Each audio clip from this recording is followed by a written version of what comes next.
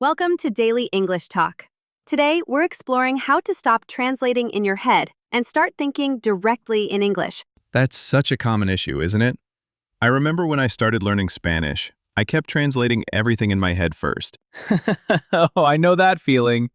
It's like having a little translator sitting in your brain, slowing everything down. Exactly.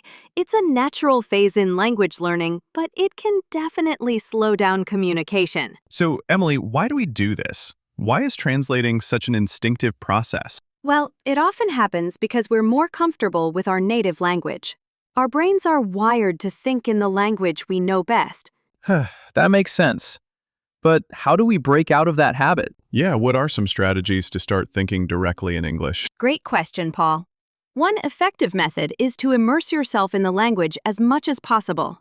Listening to English music, watching movies, or even having conversations with native speakers can help. So next time I watch a movie, I should turn off the subtitles?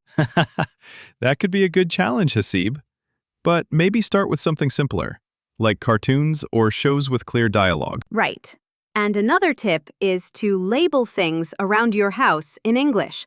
It helps you connect words directly with objects rather than translating them. That's a clever idea. It turns your home into a mini classroom. What about thinking in English while doing daily activities, like narrating what you're doing? Absolutely. Self-talk is a powerful tool. Describe your actions or thoughts in English. It might feel strange at first, but So I should start saying I'm brushing my teeth every morning? Maybe not out loud, Paul, but in your head, sure. exactly. It's all about forming new neural pathways, so English becomes your language of thought. That's fascinating. And it sounds like a fun way to learn, too. I think the key is patience. It won't happen overnight, but with consistent practice, it's definitely possible. That's the spirit, Hasib. Consistency and patience are crucial. And remember, every small step counts. You know, I've definitely experienced those awkward pauses in conversations because I'm busy translating sentences in my head. I think we all have, Paul. It's like your brain hits the pause button and you're left scrambling for words. Exactly. It's like trying to find the right puzzle piece, but in a language you're not quite fluent in yet. It's perfectly natural, though. Every language learner goes through it. The important thing is to keep practicing. So true. It's just frustrating when it happens during an important conversation. Absolutely. But remember, the more you practice, the quicker you'll get at thinking directly in English. How long did it take you to stop translating in your head, Hasib? It took a while. I started by focusing on simple sentences and gradually worked my way up to more complex thoughts. Did you use any specific techniques to speed up the process? Yes, I found that speaking with native speakers helped a lot. It forced me to think on my feet and adapt quickly. That makes sense. Real-life conversations can be unpredictable, so they're good practice. Exactly. It's like a workout for your brain. The more you do it, the stronger those language muscles become. So basically, I need to keep putting my brain through language boot camp? In a way, yes. But remember, it's not just hard work, it's also about enjoying the process. I guess finding joy in small victories can keep you motivated. Absolutely. Every time you successfully think a sentence in English without translating it, that's a win. I suppose it's all about celebrating progress, no matter how small. Exactly, Paul. Each step forward brings you closer to fluency. I'm going to try to focus more on thinking directly in English from now on. That's the spirit. Remember, practice makes perfect. Thinking directly in English offers so many advantages. For starters, it speeds up communication because you're not pausing to translate in your head. That sounds like it would really help in fast-paced conversations. What else does it improve? It also boosts your fluency. When you're not translating, your brain can focus on forming sentences more naturally. So, it makes the process of speaking English feel more like second nature. Exactly, Hasib. Plus, it enhances your comprehension skills. You start understanding the language as it's spoken, rather than piecing it together. I imagine that would make listening to English podcasts or watching movies a lot more enjoyable. Definitely. You can catch nuances and idiomatic expressions much more easily. And I bet it makes you sound more confident too, right? Absolutely. When you think directly in the language, it boosts your confidence as a speaker. You're no longer second-guessing yourself. So less of that awkward hesitation during conversations? Exactly, Paul. It helps you become more spontaneous and engaging when you speak. Does this also help with writing in English? Like, does it make your writing flow better? Yes, it does. When your thoughts are in English, writing becomes more fluid and your ideas can be expressed more clearly. That's fantastic. It seems like thinking directly in English can really transform your language skills. It truly can. The key is practice and patience, but the benefits are well worth the effort. I'm feeling motivated to keep pushing myself to think more in English now. That's the spirit. Remember, every step you take in this journey brings you closer to fluency. Speaking of thinking in English, there are some great techniques to help get you started. One effective method is immersing yourself in English media. Listening to podcasts, watching TV shows, or even reading books in English can really help. I've heard about that immersion technique. Do you think it makes a big difference? Absolutely. The more you expose yourself to the language, the more familiar it becomes. Your brain starts recognizing patterns, phrases, and sounds naturally. That makes sense. It's like surrounding yourself with the language until it becomes second nature. Exactly, Emily. Another technique I found helpful is practicing mindfulness exercises in English. Mindfulness exercises? How does that work? Well, it's about being present and conscious of your thoughts. Try meditating for a few minutes each day and narrate your thoughts in English. It helps train your brain to stay in the language. That's fascinating. It's like combining language learning with mental relaxation. Yes, it's a win-win. And lastly, using English for daily routines is crucial. Narrate your day, your actions, or even your grocery list in English. So I should start saying picking up apples while shopping? Exactly, Paul. Maybe not out loud, but in your head, it's a great exercise. It's about making English a part of your everyday life, right? Precisely, Emily. The more you integrate it, the more naturally it comes to you. These sound like practical steps. I can see how they'd help shift the thinking process. Give them a try. It's all about consistency and making English feel like a natural part of your thought process. And with these techniques, thinking in English can become a reality for anyone willing to put in the effort. I'm definitely going to try incorporating these into my routine. Thanks for the tips, Hasib. You're welcome, Paul. Remember, the journey to fluency is all about persistence and enjoying the process. You know, I was thinking about an exercise where learners could describe their day in English. What do you guys think? That sounds like a fantastic idea, Paul. It's a practical way to make English a part of your daily routine. I agree. Whether you say it out loud or write it down, it trains your brain to process thoughts in English. Exactly. And it doesn't have to be complicated. Just simple descriptions of what you did or plan to do. Right, like saying, I had breakfast, or I'm going for a walk. It helps build fluency without the pressure of perfection. And over time, these small practices add up. You start thinking in English more naturally. Plus, it could be a fun way to reflect on your day while practicing the language. Absolutely. It's like keeping a journal, but with the added benefit of language immersion. Maybe we should all start a daily diary in English.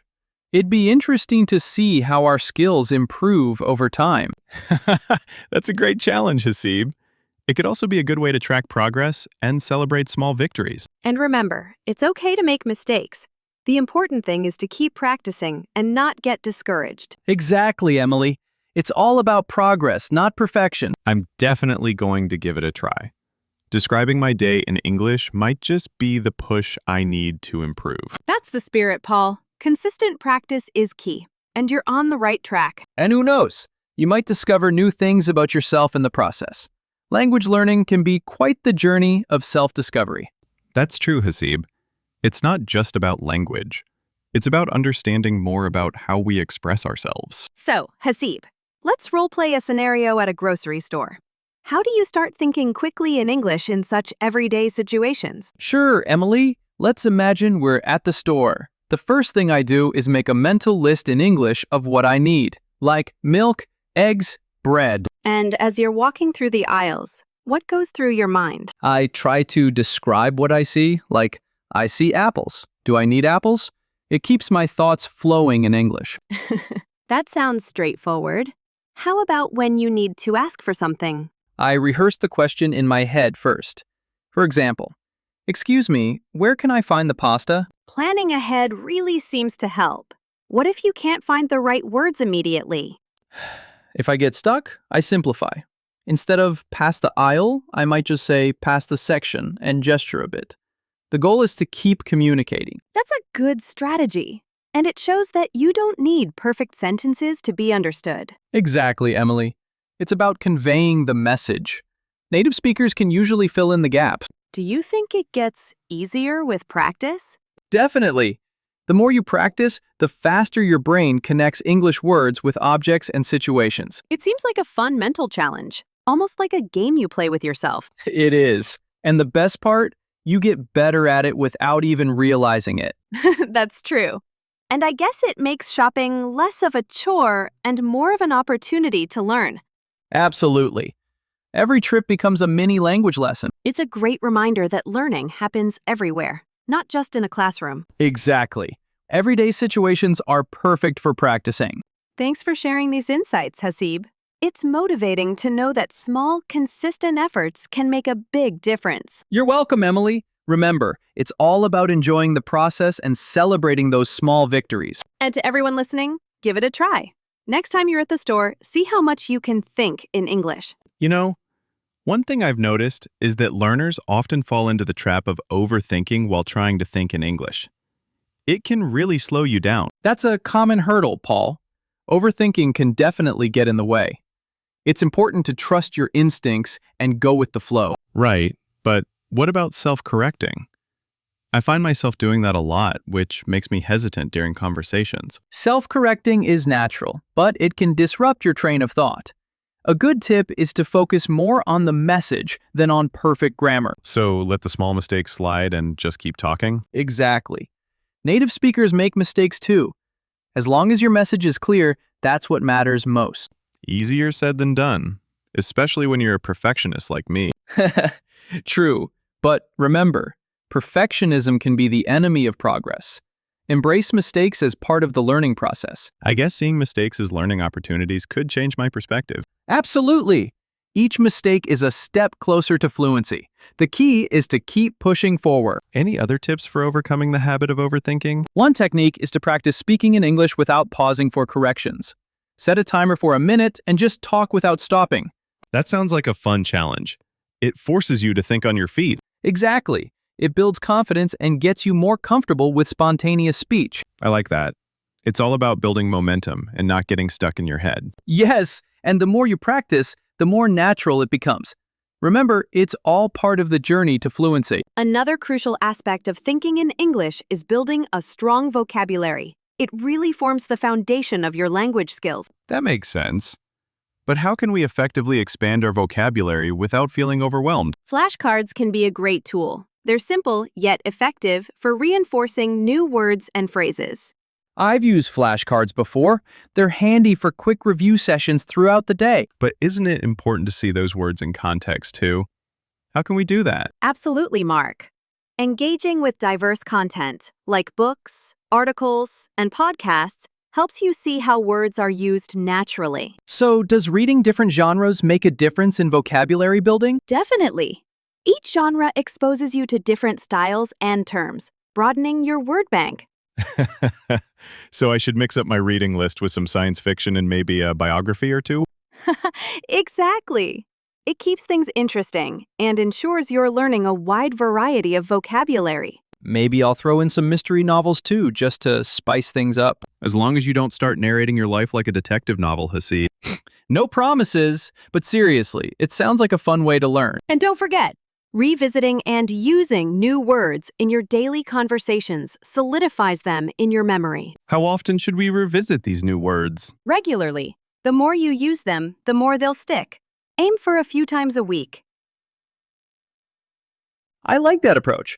It makes learning proactive and interactive. Exactly, Hasib. Building vocabulary is not just about quantity, but using words effectively in real-life situations. It sounds like a continuous process of learning and applying. That's right, Mark. It's a journey, and every new word is a step forward in thinking directly in English. So, Emily, how about we dive into a fun exercise to practice thinking in English right now? Great idea, Paul. Let's ask our listeners to think about their favorite meal. Picture it in your mind and describe it in English. And don't worry about making it perfect. Just focus on what comes to mind first. What do you love about it? Is it the taste, the smell, or maybe the memories it brings? Exactly. And we'd love to hear your thoughts, so feel free to share them in the comments. Remember, it's all about expressing yourself. There's no right or wrong here. And who knows, you might discover a whole new way to appreciate your favorite dish. It's a simple exercise, but it can really help you practice thinking directly in English. So go ahead and let your thoughts flow in English. We can't wait to see what you come up with. As we wrap up our discussion, remember that thinking in English is a skill you can build daily. Consistent practice is key, whether it's labeling objects at home or narrating your day. Absolutely, Emily. The more you make English a part of your daily life, the more natural it becomes. It's like exercising a muscle. And don't forget to have fun with it. Language learning is an exciting journey, and each step brings you closer to fluency. So start small and celebrate each victory, no matter how minor it seems. Every bit of progress counts. And remember, there's no pressure to be perfect. Mistakes are just part of the adventure. Exactly. So embrace them and keep moving forward. It's all about growth. We hope you found today's tips helpful. Be sure to subscribe to Daily English Talk for more insights and strategies. And if you have any questions or topics you'd like us to cover, feel free to let us know in the comments. We're here to support you on your language learning journey. Keep practicing, stay motivated, and enjoy the process. Thanks for tuning in, everyone. Until next time, keep thinking in English and making progress every day.